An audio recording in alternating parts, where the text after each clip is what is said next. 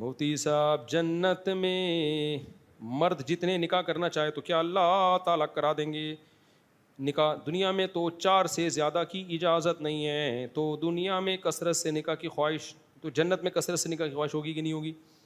بھائی جنت میں بھی ڈپارٹمنٹ ہیں، سب ایک جیسی جنت میں نہیں جائیں گے، درجات میں کیا ہے، فرق ہے.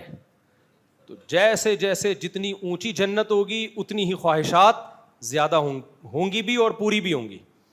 تو اس لیے اللہ سے جنت الفردوس مانگا کریں، پھر آپ وہاں جتنی شادیاں کریں گے اللہ کی طرف سے کوئی پابندی نہیں ہوگی، اور آپ میں طاقت بھی اسی حساب سے ہوگی. چھوٹی جنت ہوگی تو اس میں خواہشات بھی اسی حساب، خواہش تو ہر جنت میں ہر خواہش پوری ہوگی، لیکن خواہشات ہوں گی کتنی؟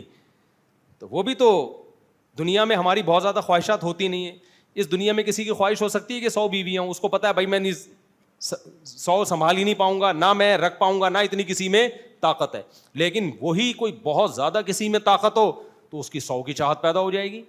تو جنت میں بھی ہر ایک کا جو اللہ تعالیٰ نے جو ہر ایک کی صلاحیتیں رکھی ہوں گی وہ مختلف ہوں گی. چھوٹی جنت کے الگ ہے، اس سے اوپر والی جنت الگ، اس سے اوپر والی جنت الگ. مجاہدین کے لیے الگ جنت رکھی ہے، روزے داروں کے لیے خصوصی جنت رکھی ہے اللہ نے. سمجھتے ہو کہ نہیں سمجھتے؟ روزے دار نے اللہ کے لیے بھوک اور پیاس کو برداشت کیا ہے نا، تو اس کو سیراب کرنے والی جنت دی اللہ نے. اس میں مشروبات ایسے ہوں گے کیونکہ اس نے اللہ کے لیے پیاس کو برداشت کیا ہے. تو جس نوعیت کا عمل ہے قرآن و سنت سے ہمیں پتہ چلتا ہے اجر بھی اسی نوعیت کا. اس کی ایک مثال دے کے پھر اگلی پرچی لیتا ہوں میں. دیکھو نبی صلی اللہ علیہ وسلم نے فرمایا جس کو غصہ آیا اللہ کی خاطر غصے کے کڑوے گھونٹ کو اس نے نگل لیا. اللہ کی خاطر. بعض دفعہ غصہ جاری کرنا لازمی ہے، بعض دفعہ غصہ پینا لازمی ہے. باپ پہ غصہ آ رہا ہے تو جاری کرنا ہے یا پینا ہے؟ بولو پینا ہے. ماں پہ غصہ آ رہا ہے تو جاری کرنا ہے یا پینا ہے؟ پینا ہے. تو اللہ کی خاطر غصہ پی گیا. باس پہ غصہ آتا ہے اللہ کی خاطر تھوڑی پیتا ہے، تنخواہ کی خاطر پیتا ہے غصہ. ایئر ہوسٹس کو کسی پیسنجر پہ غصہ آئے تو وہ کمپنی کی خاطر اس غصے کو پی جاتی ہے. لیکن ایک غصہ ہے بوڑھے باپ پہ غصہ آئے تو اللہ کے علاوہ کوئی بھی نہیں ہے بھائی جس کی خاطر آپ غصہ پیو. باپ کیا کر لے گا تمہارا؟ تو آپ نے اللہ کی خاطر غصہ پی لیا. تو نبی صلی اللہ علیہ وسلم نے فرمایا اللہ اس کو قیامت کے دن تمام مخلوق کے سامنے لائے گا اور ساری حوریں اس کے سامنے رکھ دے گا اور کہے گا یزوجہ من الحور العین ما یشاء، جس پہ ہاتھ رکھے گا وہ تیری ہوئی. اب آپ سوچو حسینائیں آپ کے سامنے کھڑی ہوئی ہوں بہت ساری اور کہ جو سب سے اچھی لگ رہی ہے وہ تیری بیوی بن گئی. سن کے بے ہوش ہونے کا دل چاہ رہا ہے کہ نہیں چاہ رہا؟ ابھی ایسا ہوا نہیں ہے، نہ دنیا میں ہوگا. بلکہ دنیا میں تو زیادہ تر یہ ہوتا ہے جو لگ رہی ہوتی ہے وہ ملتی نہیں ہے. لوگوں کی یہ شکایتیں، دل کے ارماں آنسو میں بہہ رہے ہیں، ان کے بچے ہم کو ماموں کہہ رہے ہیں. ٹھیک ہے نا؟ دنیا میں تو یہی چل رہا ہے، مارکیٹ میں جو چل رہا ہے. آخرت میں اللہ کیا کریں گے بھائی؟ جس نے غصے کے کڑوے گھونٹ کو اللہ کی خاطر برداشت کیا، اللہ کہیں گے جو اچھی لگ رہی ہے وہ کس کی؟ یزوجہ، اس سے میں تیرا نکاح کرا دوں گا. جنت میں بھی دیکھو گرل فرینڈ نہیں ہے، بھنگی چماروں والا سیٹ اپ جنت میں، وہاں بھی بیوی بنائیں گے اللہ. یہ نہیں کہیں گے کہ اتنی ساری حوریں جو تجھے سمجھ میں آ رہی ہے اس کو چل ہوٹل پہ ڈیٹ مارنے چلا جا اس کے ساتھ. یہ نہیں کہیں گے، بنے گی وہاں بھی بیوی ہی. نکاح ہوگا، یزوجہ، نکاح پڑھائے گا اللہ تعالیٰ. کیونکہ اللہ کو یہ بھنگی چماروں والا سیٹ اپ، جو گرل فرینڈ بوائے فرینڈ والا سیٹ اپ ہے، یہ جہنم میں ہوں گے، جنت میں ہوں گے ہی نہیں ہے. تو نکاح پسند ہے اللہ کو، دوستیاں پسند نہیں ہے. تو اب سوال پیدا ہوتا ہے بھائی غصے کے کڑوے گھونٹ پہ حور کیوں دی جا رہی ہے؟ اس کا جواب یہی ہے کہ مرد کے لیے طاقت کے باوجود غصہ جاری کر سکتا ہے، پھر بھی غصے کو برداشت کرنا مرد کے لیے سب سے مشکل کام ہے. کڑوا گھونٹ ہے یہ. اور مرد کو سب سے زیادہ اٹریکشن کس میں ہے؟ حسن پہ مرتا ہے سب سے زیادہ. تبھی بڑے بڑے اچھے اچھے لوگ یہاں کے کیا ہو جاتے ہیں؟ ناکام.